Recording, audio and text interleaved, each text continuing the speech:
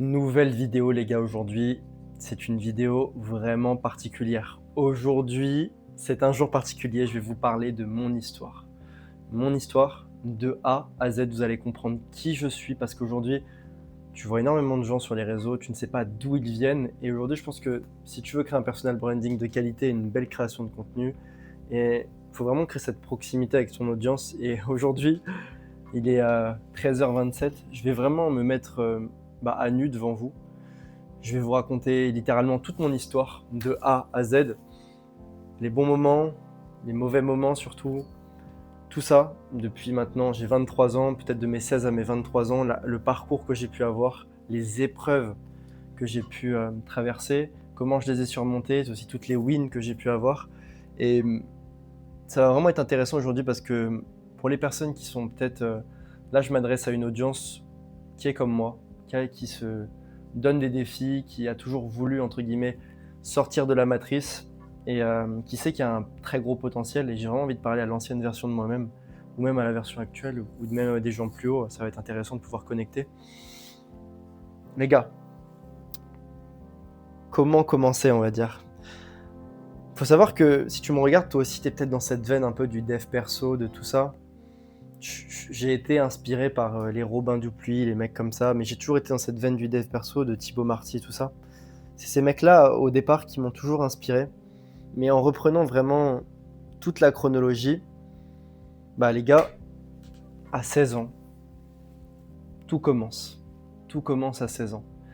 J'étais une énorme merde. Il faut savoir que je suis né de deux parents qui ont divorcé, tout ça, mais une mère, je suis d'origine portugaise, donc très bien ancrée dans les valeurs un peu traditionnelles, une très grosse travailleuse. Maman, si tu passes par là, je t'aime énormément. Et mon père aussi, qui a des valeurs françaises, mais qui est un peu plus relax, un peu plus cool. Et donc j'ai eu une éducation, mes parents étaient divorcés, donc j'ai beaucoup vécu avec ma mère et un petit peu moins avec mon papa, ce qui peut-être a eu une influence sur mon développement, sur qui je suis, sur la personne que je suis et sur la perspective avec laquelle j'aborde le monde aujourd'hui. Et j'ai eu une éducation plutôt classique avec un grand frère qui est un exemple pour moi, euh, qui est un mec qui se challenge énormément, il fait des Ironman, il va justement aller à Hawaï faire les championnats du monde d'Ironman, et c'est un mec qui s'entraîne, genre il fait 30 heures de vélo par semaine, enfin c'est un malade, et il m'a énormément aidé dans ma construction parce que c'est un mec qui a un très très très gros mindset. Alors très loin de l'entrepreneuriat, de tout ça, parce qu'aujourd'hui lui c'est pas quelque chose qui l'intéresse vraiment, mais d'une manière un peu plus différente. Voilà un petit peu pour les bases, donc je me suis construit simplement avec tout ce qu'on peut voir aujourd'hui, la société. J'ai toujours eu en moi une flamme qui me disait que j'étais pas fait pour faire quelque chose de classique. Et j'ai eu un tournant en fait à l'âge de mes 16 ans, où en fait c'est le moment où tu rencontres ta première petite copine, tout ça, ça se passe très bien. Le problème c'est que tu ne connais absolument rien malheureusement aux relations hommes-femmes, à tout ça. Et le problème c'est que t'es trop gentil, tu donnes, tout ça, t'es fou amoureux. Et le problème c'est que la femme au bout d'un moment elle se lasse. Là tu comprends pas, t'étais jeune et tu comprends pas ce qui se passe. Et donc ça s'arrête brutalement. En gros je crois qu'elle me trompe ou à moitié elle est en train de parler avec un autre mec, enfin bref. Qu'importe. Et à ce moment-là, c'est un énorme choc pour moi. C'est la plus grosse rupture que j'ai eue. C'est celle avec qui tu fais ta première fois, tout ça. Donc, horrible, tu vois, horrible. C'était la période un peu confinement, genre 2021, 2020, 2020-2021. Je dois avoir 16 ans, ouais, c'est ça. Et là, je me dis, waouh, c'est chaud. Genre, vraiment, là, c'est chaud, je me sens mal. Et je me dis, c'est pas possible, Camille. Enfin, bref, tout ce cheminement de pensée, tout ça. Pendant le confinement, j'avais vu un mec passer sur le QG, c'était Marius Parcours Commando. Et ce mec-là, il m'avait vraiment inspiré. J'avais vu la posture, le charisme qu'il avait, et je me suis dit, putain, c'est incroyable. Le mec, il a vraiment de la pertinence dans ses propos, et c'est trop stylé. Du coup, j'avais demandé à cette meuf de m'acheter son livre. Chose qu'elle avait faite, mais bon, comme un énorme singe, j'avais jamais lu ce livre.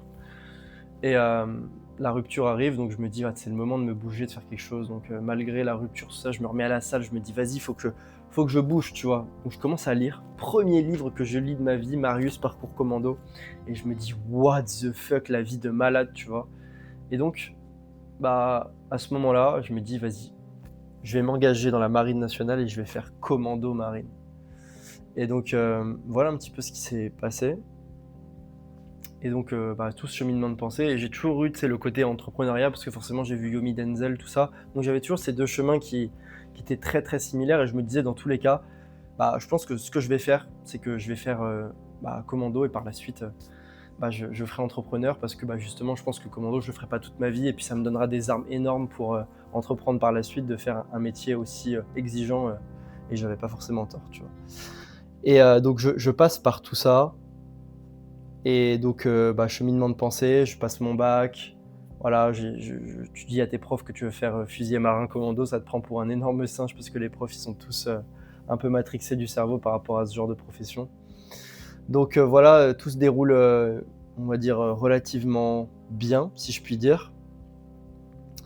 Et là, j'arrive, en études secondaires en études, supérieures parce que ma famille me dit: «Camille, c'est important, tu dois faire des études, tu es obligé, même si tu veux rentrer dans l'armée et que tu veux pas être un pur matelot ou un première classe, qu'importe l'armée dans laquelle tu es, c'est important que tu fasses des études». Et moi, je regarde de loin comme ça, je fais: bon, je le fais, tu vois? J'avais 17-18 ans, je trouve une alternance, bam, je suis pris chez Stéphane Plaza Immobilier. Et là, j'arrive, tu vois, une semaine. Une semaine d'alternance. En fait, il faut savoir que j'étais au CFA, j'étais en BTS NDRC. Une semaine, du coup, en alternance et une semaine là-bas. T'il a cru, les gars, important.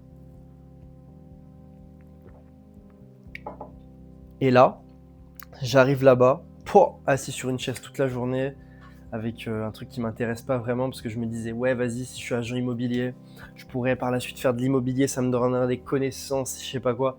Aujourd'hui, avec le recul, je sais que c'est pas du tout le cas. Ça m'aurait aidé, mais pas énormément. Parce que la meilleure chose, c'est juste de faire au final. Mais donc voilà un petit peu, et une semaine arrive et la meuf elle me dit, écoute, c'est quoi ton projet, toi? Moi, je lui dis, moi, je vais faire commando marine. C'est vraiment mon rêve, tout ça et tout. Je m'entraîne de fou pour ça. Je suis même dans une PMM. Ouais, ça, c'est un peu la honte. C'est en gros une préparation militaire marine qui te permet d'être un petit peu immiscé dans le milieu de l'armée, quoi. Et là, la meuf, le lendemain, elle me dit, Camille, j'ai réfléchi et tout. On va devoir se séparer de toi. Bruh 18 ans, frère, 18 ans et tu te prends tu te fais virer littéralement. Et je l'ai très très mal vécu, tu vois. 18 ans et en fait, elle pouvait pas me garder, ce que je comprends totalement parce que je voyais mon avenir dans quelque chose d'autre que son entreprise, ce qui est en fait totalement logique, tu vois, au final. Et là, c'est le premier choc. Et tu sais, ayant une mère qui est assez quand même dure, je dois le dire, dans le sens où c'est pas la maman qui va te couver tout ça, elle me dit t'as intérêt à retrouver un truc, elle me mettait la pression et tout. Et moi, il faut savoir que j'étais très dans ce milieu. Pendant ma première rupture, j'avais été un peu introduit à tout ce qui était Kylian Sensei, ce genre de truc, ce truc de développement personnel masculin, pardon, et peut-être un peu parfois toxique, hein, je le dis, hein, mais toxique parce qu'aujourd'hui, je me suis élevé et j'en reviens, et du coup, je sais exactement où est la juste mesure, mais pour justement être équilibré, il faut avoir connu la démesure. Donc aujourd'hui, c'est vrai que j'ai connu la démesure par rapport à ça, et tu vois, j'avais énormément de colère, je me disais putain, tout le monde est contre moi et tout, j'étais très énervé pendant une grosse période. Je fonctionnais beaucoup à la haine, qui est une énergie négative et qui au final te sert littéralement à rien, tu vois, de ce point de vue-là. Et là, tu vois, du coup, ma mère, elle me dit, t'as intérêt à bosser le temps que tu rentres à l'armée, tu vois. Parce que du coup, j'allais rentrer à l'armée direct et aller accomplir mon rêve, tu vois. Donc, je commence à faire de l'intérim, tu vois. Je m'en souviens, je sais pas si je mettrais des photos, mais les photos, elles sont pas en mode paysage. Donc, je sais pas si ça passera bien sur la vidéo YouTube. Mais photos d'intérim, horrible, horrible. Préparateur de commande de nuit, je faisais ça, j'avais 17 ans, j'avais pas le permis. Et genre, j'allais à vélo dans une zone commerciale en plein hiver, c'était hard. Mentalement, c'était dur. Je faisais le truc de 21h à 4h du mat. Je rentrais à 4h et après je dormais. Puis j'allais à la salle, je m'entraînais pour le stage et pour la marine. Et je refaisais ça, je refaisais ça. C'était horrible, les gars. C'était horrible. Ah, et là, je me suis dit, jamais je ferai un truc comme ça de ma vie, tu vois. Puis surtout, tu vois les gens qui sont totalement aliénés. Tu vois le vrai prolétariat, le vrai, tu vois. Et pendant ce temps-là, j'écoutais des vidéos de Théophile Hélier, de tout ça. Je regardais des trucs, tu sais, liberté financière, tout ça. Et ouais, je regardais tout ça, puis je me disais, vas-y, de toute façon, dans tous les cas, j'investirai mon cash, tout ça, quand je serai à l'armée. J'aurai cette liberté financière, un jour, je l'aurai, tu vois. Donc voilà, le temps se passe, je rentre à l'armée, du coup. Je suis dans la marine nationale chez les fusiliers marins, dans le format QMF. On s'en fout, c'est pas important, tu vois. Donc franchement, incroyable cette expérience. Tu passes 4 mois à ramasser toute ta vie, c'est cool. C'est un beau parcours. Donc je sors plutôt bien de mes classes. Pendant ces classes-là, c'est très simple, tu apprends les rudiments du métier de militaire. En soi, tu apprends pas des choses exceptionnelles, mais tu apprends la discipline, tu apprends à ramasser, tu apprends à subir, et c'est surtout peut-être mentalement que tu deviens formé en fait.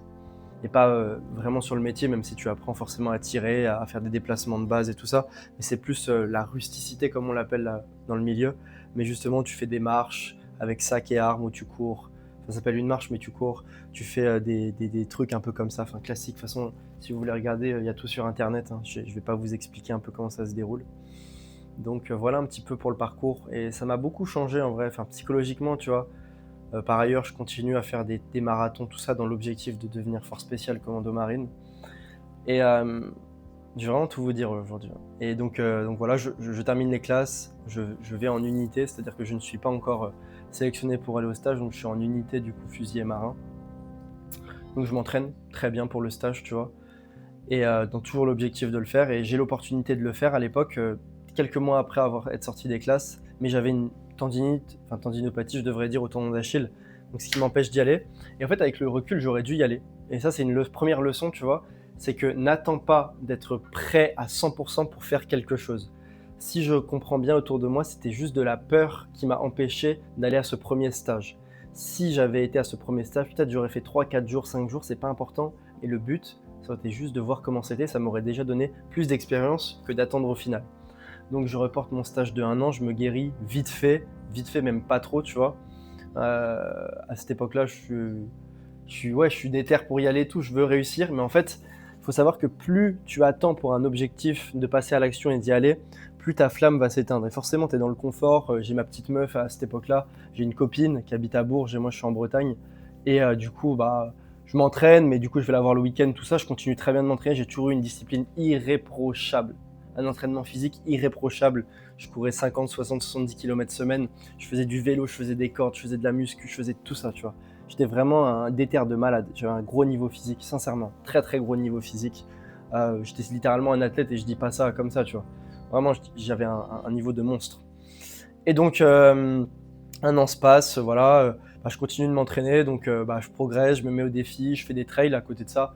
Trails de 50, 60 sur la côte bretonne, des choses comme ça. Donc, toujours dans cette mentalité de me préparer, d'avoir un mindset de fou furieux. Et c'était une belle époque. C'est à cette époque-là justement que j'ai connu Lucas, mon premier mentor en closing. Il faut savoir qu'il était en unité fusilier marin avec moi, c'est incroyable.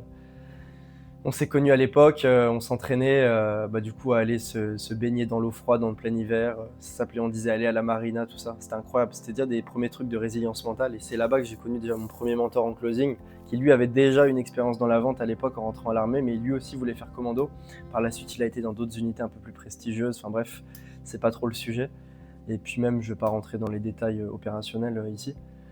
Et bah voilà, 2 ans plus tard, je vais enfin à ce premier stage. Et faut savoir qu'avant, je m'étais mis en couple avec une fille qui était bien plus âgée que moi, bien plus âgée.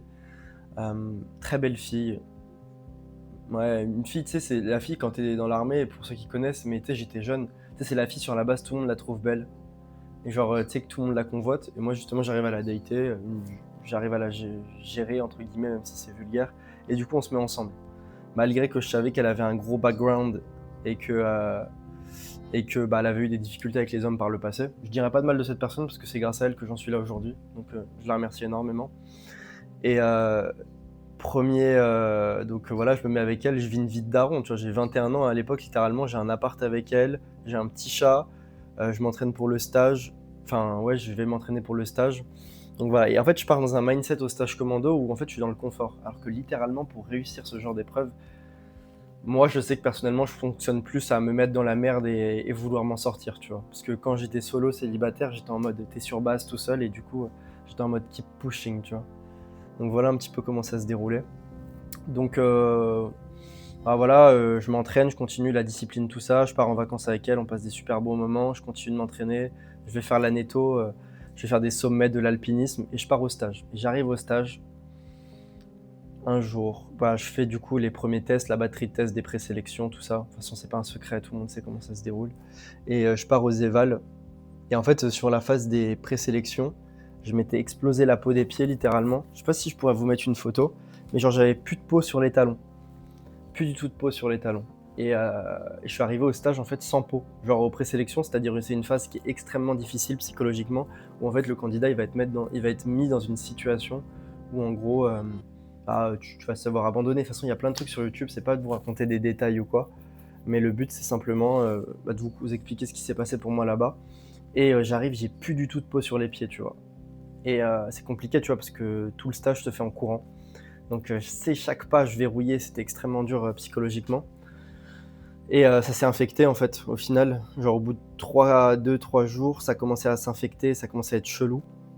Je vais voir l'infirmerie, tu vois, et ils me disent ouais, ça va être chaud pour toi, tu vois. Du coup, je maintiens jusqu'au au vendredi. Et le vendredi, je dégage, tu vois. Littéralement, les gars, je vous le dis. En fait, ils m'ont bien dit, genre l'infirmerie m'a bien dit que ça allait être très compliqué. J'ai voulu tester, puis je me suis dit, vas-y Camille, ça sert à rien, tu vois. Et c'est un regret que j'ai eu, peut-être que j'aurais pu aller plus loin. Et tu vois, je te dis tout ça, je suis à 100% sûr. J'aurais peut-être pu aller plus loin. Est-ce que j'aurais réussi? Je pense pas. Parce qu'il y a des potes à moi, même dès la 3e semaine, ils avaient plus de peau et ils ont dû arrêter. Donc je sais pas si j'aurais pu faire 2 semaines en plus comme ça. C'était horrible mentalement, mais tu sais, quand tu penses à David Goggins, à tous ces mecs, tu te dis, en fait, t'es juste une salope qui a abandonné, tu vois. Donc je me vois un peu comme ça, c'est peut-être un des plus gros regrets que j'ai actuellement, de ne pas avoir plus continué, parce qu'honnêtement, physiquement, j'étais extrêmement bon, j'étais dans les meilleurs au niveau des marches, tout ça, peut-être pas des parcours, mais des marches, j'étais très très très très bon. Il faut savoir que ces stages-là, il y a un taux d'attrition qui est énorme, dans le sens où on arrive à 100 et il y a peut-être 10 mecs qui sont brevetés. Donc voilà, c'était tout le rêve de ma vie, parce que c'était c'est un métier. En fait, je dis ça, mais maintenant, ça l'est plus du tout, hein, le rêve, mais c'était un métier où en fait, t'es avec tes potes, bah, tu fais du tir, tu fais littéralement de l'hélico, tu fais ce genre de choses, tu as une fraternité, c'est magnifique, il y a des belles valeurs, mais tu vois que le côté positif, et par la suite, quand tu échoues, bah, tu as plus de feedback sur ceux qui ont réussi, comment ça se passe en groupe, et j'ai appris et j'ai vu aussi de mes yeux que ça se passait pas vraiment comme je le souhaitais, et du coup que les gens avaient pas une liberté aussi grande et s'éclataient pas autant que j'aurais pu le penser. Donc j'ai pris ça comme data, j'ai réfléchi à faire peut-être autre chose dans l'armée, tout ça, et je me suis dit non. Enfin, en fait, ça a été très long, tu vois. J'étais énormément dans l'hésitation. De est-ce que je continue dans l'armée, est-ce que je vais au stage, est-ce que je fais une autre spécialité, est-ce que, euh, est-ce que je me casse, est-ce que je fais de l'entrepreneuriat. Et il faut savoir que j'étais toujours en parallèle avec cette fille, mais je pense que mentalement ça m'avait tapé, genre d'être en couple avec elle juste avant, et d'être dans le confort, parce que littéralement quand t'es poussé aussi loin dans tes retranchements, ton cerveau il veut juste se casser, tu vois. Et c'est tellement dur de rester si t'as pas une grosse motivation, et je pense que ça m'avait baisé mentalement d'être avec elle. Désolé pour le vocabulaire, hein. Donc s'ensuit un an de gros doutes, et forcément tu perds confiance en toi, t'as pas d'objectif, tu sais pas où tu vas. Forcément l'esprit féminin, peut-être que ça joue inconsciemment, mais elle perd un peu plus d'intérêt. Tu vois des manques de respect que tu devrais pas accepter, mais que tu un peu accepté. Et du coup ça se termine. Et là on est en 2025 pour vous dire. On est en juin 2025 à ce moment-là. Et j'ai la chance de partir du coup en projection en Nouvelle-Calédonie. C'était incroyable d'ailleurs, incroyable, tu vois, genre c'était le tournant de ma vie ce moment-là, et je remercierai jamais l'institution pour ça, c'était vraiment une des meilleures expériences que j'ai fait de ma vie. Je vais tout vous raconter. Donc là je pars en Nouvelle-Cal, dans le mindset où je sais pas ce que je veux faire. Je sais pas ce que je veux faire, mais je sais que je vais m'en sortir. Et là, je me dis Camille. Tu sais, je commençais à sentir que le fait de la quitter, ça commençait à me ramener vers une voie où en fait j'avais juste envie d'être libre et d'être moi-même. À cette époque-là, j'avais pris une consultation avec Robin Dupuis, d'ailleurs, le GOAT, mon frérot. Si tu passes par là, bah, gros big love sur toi. Et ouais, j'avais comme idée de faire une brand un peu comme lui, tu vois. Pas parce que j'en avais fondamentalement envie, mais à cette époque-là, je lui avais déjà parlé du closing et de la vente. Et il m'a dit, ouais, les gens que je connais qui font le plus d'argent, c'est des gens qui sont soit dans l'e-com, soit dans l'infoproduit. Du coup, je me suis dit, vas-y, let's go, je vais faire de l'infoproduit. Avec le physique que j'ai et la connaissance un peu que j'ai sur tout le sport, même si j'ai pas une grosse connaissance, ça va le faire, tu vois. Et je pars sur ça. Donc, je suis en Nouvelle-Cal. Je regarde les vidéos de Thibaut Martier. À cette époque-là, je crois qu'il était à Nice. Je me souviens de ses vidéos.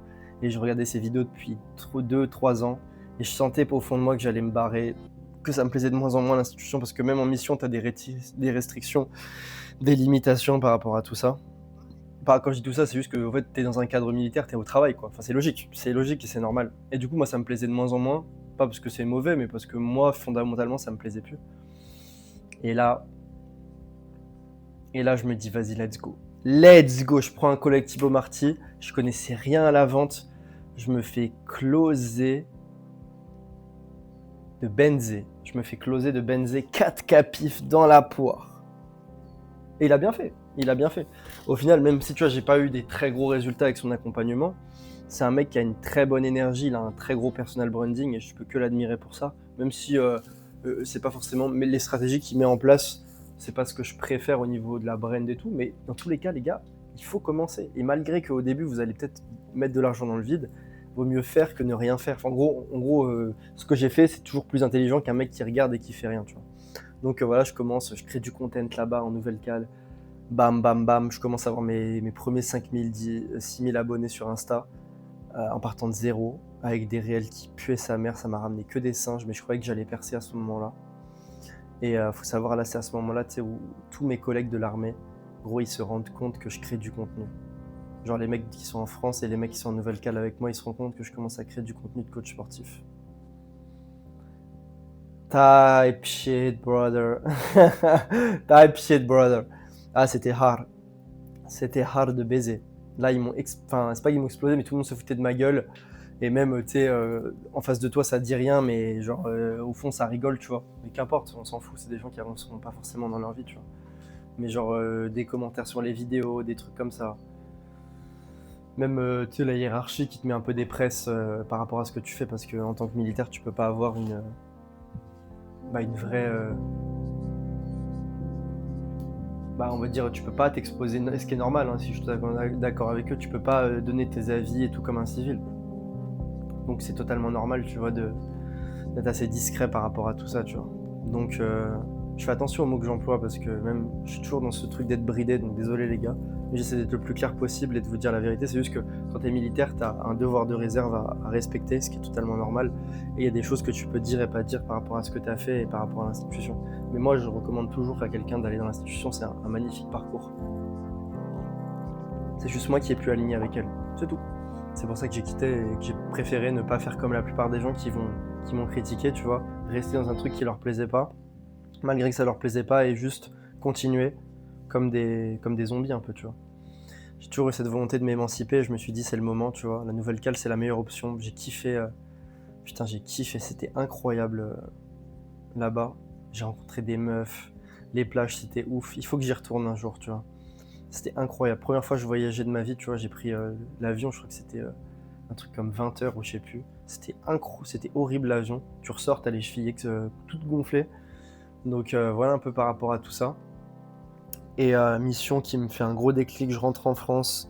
On est en novembre. Là les gars, j'étais en Nouvelle-Cale avec une petite meuf que j'avais rencontrée, que j'avais abordée et tout, parce que je commençais d'ailleurs à me débloquer par rapport à tout ça, par rapport à la drague et tout. Elle avait 30 ans, je crois, j'avais fait des dingueries, les gars, niveau meuf là-bas, et gros carnage. Ça n'a rien à voir avec la France, je faisais du carton, tu vois. Après, je dis pas que je fais pas du carton maintenant, mais c'est juste que les mentalités, elles sont plus débridées, si je puis dire. Donc, retour de Nouvelle-Cale, bam, bam, bam, franchement, je recontinue la création de contenu. Je signe mon premier client à 300 €, je m'en souviens. C'était un grand moment pour moi, tu sais, t'as fait de l'argent en ligne pour la première fois, tu vois. C'est une dinguerie, tu vois. Là, je me souviens, j'étais fou, tu vois. C'était incroyable. La première fois que tu reçois un virement de quelqu'un, genre en ligne, sans avoir bossé ou quoi. C'était une dinguerie, les gars. Je me souviens, il s'appelait Valentin, je crois, le mec. Si tu passes par là, dédicace à toi, mon bro. Je savais pas ce que je faisais à cette époque. Mais bon, tu m'as fait confiance, j'ai essayé au moins de t'aider au maximum comme je le pouvais. Donc en fait, le coaching sportif, faut savoir, je l'ai fait pas parce que ça me passionnait, mais parce que c'était le seul moyen pour moi d'être libre. Et donc c'est pour ça qu'après j'ai arrêté, et là ça me passionne vraiment tout ce que je vous dis, parce que là c'est vraiment moi, c'est mon personal branding que je vais vous raconter, et même que je vais créer, mon histoire, ma structure, ma vie, ma DA. Et voilà, je continue et tout, en même temps à côté de l'armée, de lancer mon business. En vrai les gars, c'était une des périodes les plus dures de ma vie. Genre là, les gars, d'avoir 2 tafs, de gérer un business, le setting, le closing, tout ça, d'être bon, alors qu'en fait, on t'apprend rien du tout dans les vraies formations par rapport au closing, par rapport à tout ça. Et même maintenant, avec l'expérience, je sais comment ça fonctionne pour faire de l'acquisition client. Les gars, ça avait rien à voir. Ça n'avait rien, strictement rien à voir avec maintenant, tu vois. Et genre, je faisais des trucs qui fonctionnaient pas. Genre, je comprenais pas la psychologie derrière l'achat, l'acquisition, tout ça. Donc en vrai, je me cassais les dents, frère. C'était de la merde. Ah, c'était horrible, les gars. Ah, c'était dur. Franchement, les gars, je revis tous ces moments. Tu sais, j'étais dans mon petit appart en Bretagne. T'es là, tu rentres le soir, gros. Tu tapes des nuits blanches sur ton PC à créer du contenu, tout ça. Ça fonctionne pas, gros. T'es là, t'as aucun résultat. T'es bloqué des fois avec l'armée, avec tout ça. Ah, je voyais personne, pas de meuf, personne à qui parler trop. J'ai appelé mon frère des fois, je pleurais.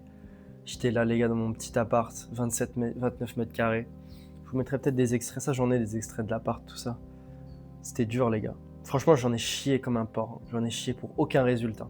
Aucun résultat pendant 6-7 mois, tu vois. Et un jour, je prends un call, je vous la fais un peu plus en rapide, hein, mais ouais, c'est juste que j'étais un singe et j'étais pas vraiment emprunt d'une mission, et surtout qu'avec l'armée, je pouvais pas vraiment me développer. Dans le sens où je pouvais pas vous parler face caméra de mon histoire, et pour créer un personal branding et un vrai attachement, il faut raconter son histoire. Il faut montrer ses positions, et choses que je ne pouvais pas faire. Donc, je pouvais pas me démarquer et juste être une vraie personne, tu vois. J'étais juste un coach parmi tant d'autres. Et donc, vient un moment, un mec que je suivais, c'était Alex Mendes, je prends un call avec lui. Et c'est un mec, il a tout arraché dans le business, tu vois, il était top dans la niche du trading. Je prends un call avec lui. Et il m'explique, il me dit, mais gros, en vrai, ta niche, c'est une niche de brokie. Change de niche, va dans le make money. En gros, il me dit ça. Il me dit, oui, moi, même les gens que j'accompagne dans cette niche-là, genre, les meilleurs, ils font genre pas beaucoup, tu vois. Ils font pas beaucoup par rapport à moi, ce que je fais dans ma niche, tu vois.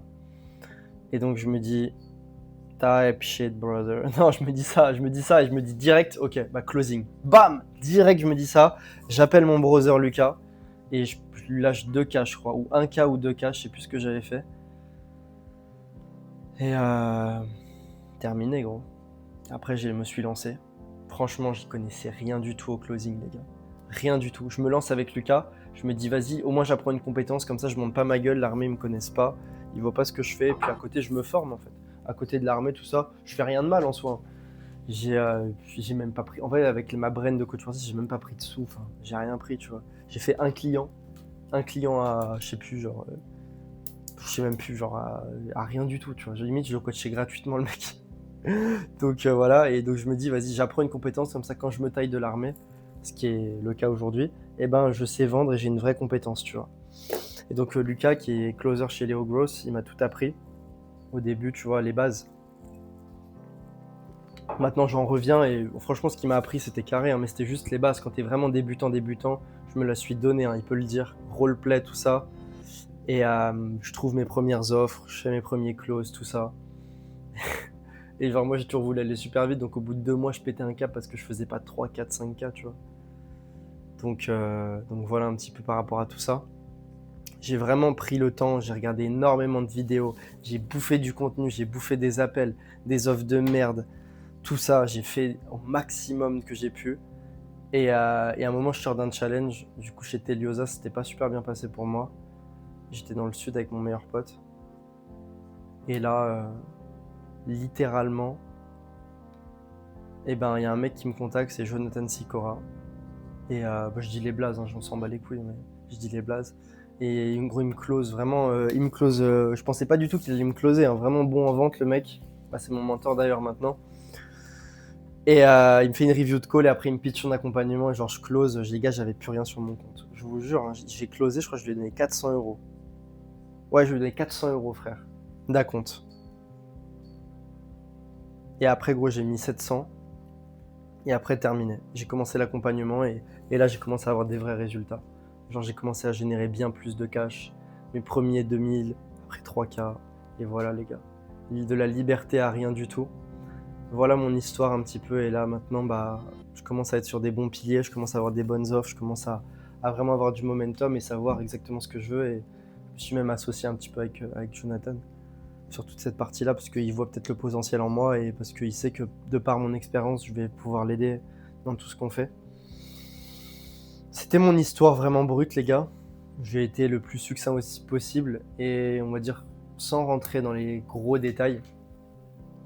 Les gars, si vous devez en retenir toute mon histoire, j'ai été très succinct. Peut-être que je referai des épisodes précis sur chaque moment de ma vie où j'ai appris des leçons. Mais les gars, si vous devez retenir un truc, ça va être très dur. Ça va être très, très, très dur. Sans mon pote Romain, sans plein de gens, j'aurais déjà abandonné. Si tu veux te lancer, être libre, ça va être dur, gros. Tu vas passer... Bah, après, pour moi, ça a été dur, en tout cas. Tu vas passer par énormément de phases de doute. Énormément, ça a été la plus grosse épreuve de toute ma vie. Et c'est pas encore terminé, parce que ça peut s'arrêter du jour au lendemain. Il faut accepter le fait que peut-être un jour, je vais refaire de la mise en rayon. Mais de toute ma vie, je saurai que je vais entreprendre et que je vais être un entrepreneur et que je vais être libre un jour. J'en suis persuadé, et ça, je le sais. Mais les gars, si vous voulez retenir un truc, c'est que ça sera pas simple tous les jours. Et c'est ça qui fera votre peau, entre guillemets. Votre peau d'entrepreneur, votre peau de dureté, c'est que je suis passé par tellement de phases, les gars. Je suis passé par l'humiliation, je suis passé par la honte, je suis passé par la surprise, la colère, la trahison, la tromperie, l'impatience. Je suis passé par la joie, les moments d'euphorie. Assez court quand même, pas assez par rapport à tout ce que j'ai subi sur une année. Mais je commence à peut-être voir esquisser la fin du tunnel. Et je suis sur un bon momentum là, mais ça met tellement de temps, les gars. Et je vous dis pas, voilà, si tu veux que ça soit plus vite, fais-toi accompagner. Envoie-moi un message sur Instagram si t'as besoin. Si c'était A comme ça, mais honnêtement, ouais, ça va être plus dur que tu ne le penses. C'est le truc que je te dis, ça va être plus dur que tu ne le penses. Et t'es pas au bout de tes peines. Voilà, je veux juste te dire ça. C'est pas pour, voilà, je veux juste être réaliste avec vous, les gars.